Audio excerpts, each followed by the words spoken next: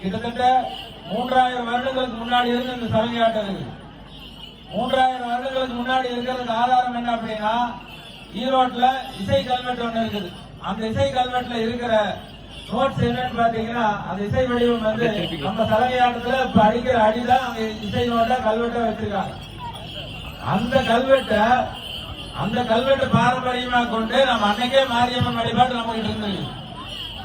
அன்னைக்கு பிடிச்சு இருக்கிற கோயில தான் இன்னைக்கு நாம வந்து புதுப்பிச்சு அதே வழிபாட்டு முறையோடு இன்னைக்கு கும்பிடுறோம். அதுதான் மிக பழமையான விஷயம். ஏன்னா இந்த மாதிரி விஷயம் எல்லாம் இந்த வரலாறு யாருக்குமே இருக்காது.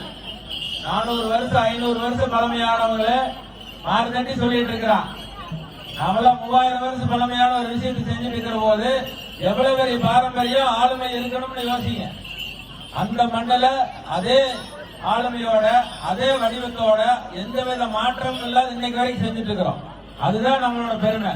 அந்த பெருமையை தான் இன்னைக்கு என்ன பண்றோம், குடமுழுக்கு விழாவை செஞ்சு இன்னைக்கு சொந்த பந்தங்களை கூப்பிட்டு நம்மளோட வாழ்வியல் முறையில எதுவுமே மாறலைங்கிறதுக்கான ஒரு மிகப்பெரிய உதாரணம் இந்த மாதிரி விழாக்கள் தான்.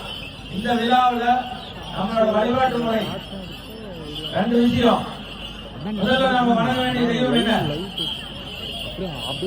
ஒருத்தமே பேச மாட்டேங்கிறீங்க. உங்களை பத்தி பெருமையா சொல்லலாம் நிறைய எழுதிட்டு வந்தேன்.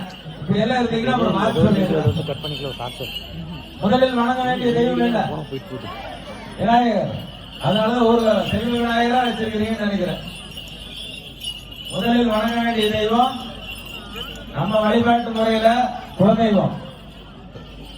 நம்ம வழிபாட்டு முறையில குலதெய்வம்.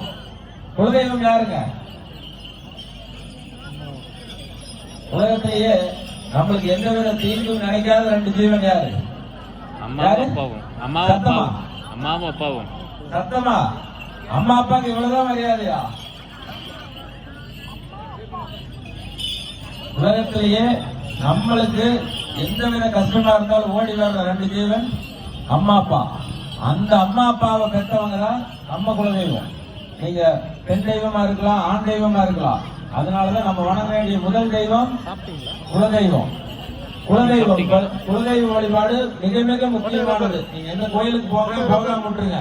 குலதெய்வ கோயில் வழிபாடு எந்த வித எதுவும் சுணக்கம் இல்லாம உங்களுக்கு அத்தனையும் கிடைக்கும். நம்ம அப்பளம்மாவோட வேற இன்னொருத்த கூட எவ்வளவு எண்ணெய் கொடுத்துருப்பாரு. இத்தனை சொத்து சம்பாதிச்சு வச்சுட்டு போயிருக்காங்க. யாருக்காக? நம்ம நல்லா இருக்கணும்னு தானே. அப்பேற்பட்ட முறையில வழிபாடுதான் குலதெய்வ வழிபாடு. 2வது தான் தலதெய்வம். தலதெய்வம்னா நம்மளோட இப்ப நாகாலயம் கோயில் இருக்கு, கருப்பராயன் கோயில், கன்னிமார் கோயில், நம்ம ஊரை சுத்தி இருக்கிற காவல் தெய்வங்கள். அது வந்து காரண தெய்வங்களா கூட. 2வது வணங்க வேண்டிய தெய்வம் மாரியம்மன், மாகாளியம்மன், கருப்பராயன்.